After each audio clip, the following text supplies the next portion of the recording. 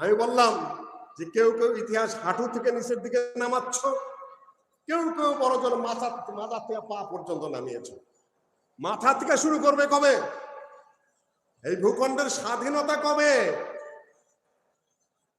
তুমি যদি ধানি খোলার আন্দোলন বাদ দাও, এখানকার সেই জেহাদ মুভমেন্ট বাদ দাও, এখান থেকে যে স্বাধীনতা আন্দোলন ইংরেজ বিরোধী যুদ্ধের বাদ দাও, এই ভূখণ্ডের কোন ইতিহাস রচিতই হবে না, সবই মিথ্যার হবে।